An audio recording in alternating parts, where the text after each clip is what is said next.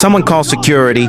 Get this old man out of my building. Those were the last words he ever spoke as an employee. A 74-year-old man in dusty work boots and a faded flannel shirt walked through the front doors of the most expensive office tower in the city. He didn't check in at the front desk. He didn't have a visitor badge. He just walked straight past reception and stepped into the elevator. Before the doors could close, a hand slammed against them. It was Victor, the building's senior operations director. He looked the old man up and down and said, "Excuse me, where do you think you're going? This isn't a shelter. You need to leave now." The old man, his name was Harold, looked at Victor calmly and said, "I'm just going to the top floor, son. Won't be long." Victor laughed out loud. "The top floor? That's the executive suite. You can barely stand up straight. I'm calling security." Harold said, "That won't be necessary." Victor grabbed Harold's arm and pulled him out of the elevator. "I said, get out." Harold stumbled. His hand caught the wall to stop himself from falling. He looked down at the floor for a moment, then straightened his back and said quietly, "All right, son, I'll take the stairs." As Harold slowly climbed the stairwell, "Let me tell you who this man actually is." 46 years ago, Harold Griffin borrowed $8,000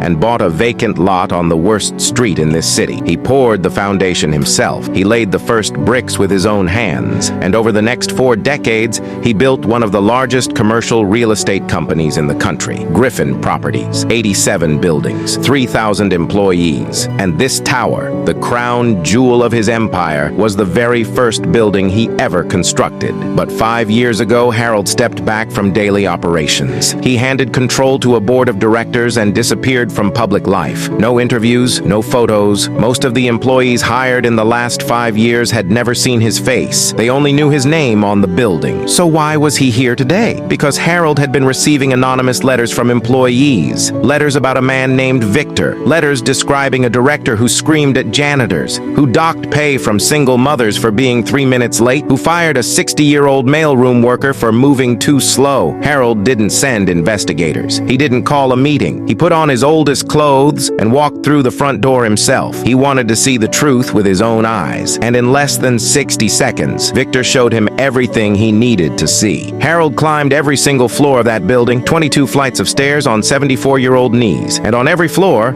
he saw the same thing. Employees who flinched when a door slammed. A receptionist eating lunch at her desk because Victor had removed the break room chairs to increase productivity. A janitor mopping a hallway with his head down, terrified to make eye contact with anyone in a suit. But on the 14th floor, Harold stopped. There was a small framed photo on the wall near the emergency exit. It was a picture of a young man standing on a vacant lot, holding a shovel, smiling. Harold touched the glass. That young man was him, 46 years ago, and this building, his building, had become a place where people were afraid to breathe. When Harold finally reached the top floor, he was out of breath. His knees ached. His flannel was soaked with sweat. He pushed open the door to the executive suite and walked inside. The executive assistant looked up and immediately reached for the phone. "Sir, you can't be up here. I'm calling security." Harold raised his hand gently and said, "Call them, and while you're at it, call every employee in this building to the main conference room. Tell them the founder is here." The assistant froze. She looked at his face. Then she looked at the portrait hanging behind her desk, the official painting of Harold Griffin, founder of Griffin Properties. Same eyes, same jaw, same hands. Her phone slipped from her fingers. 30 minutes later, every employee in the building stood shoulder to shoulder in the main conference room. Victor was in the front row,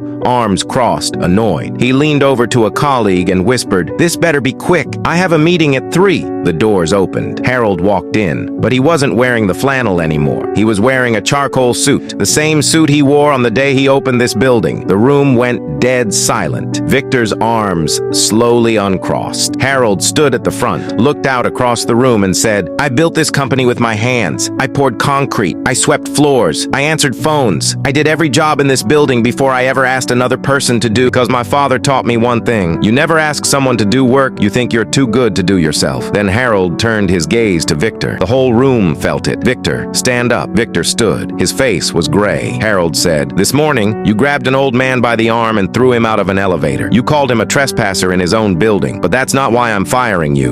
The room held its breath. Harold continued, "I'm firing you because of the 60-year-old mailroom worker you let go for moving too slow, because of the break room chairs you removed, because of every person in this room who learned to keep their head down just to survive your cruelty. You didn't manage this building, Victor. You terrorized it." Harold nodded to security. "Please escort Mr. Victor out. He is no longer welcome in any Griffin property, any of the 87. Victor's mouth opened. Nothing came out. Security took his arms, the same arms that had grabbed Harold, and walked him through the door. Before the room could exhale, Harold did one more thing. He picked up the phone and called the 60-year-old mailroom worker Victor had fired. "James, it's Harold Griffin. Your job is waiting for you. Take your time getting here." Then he loosened his tie, looked at the room and said, "Now, does anyone know where I can find a mop? These floors won't clean themselves." And as laughter and tears filled the room, every person in that building understood a truth that most people learn too late. And that day, leadership isn't proven by how loudly you speak, but by how safely people can breathe when you're in charge.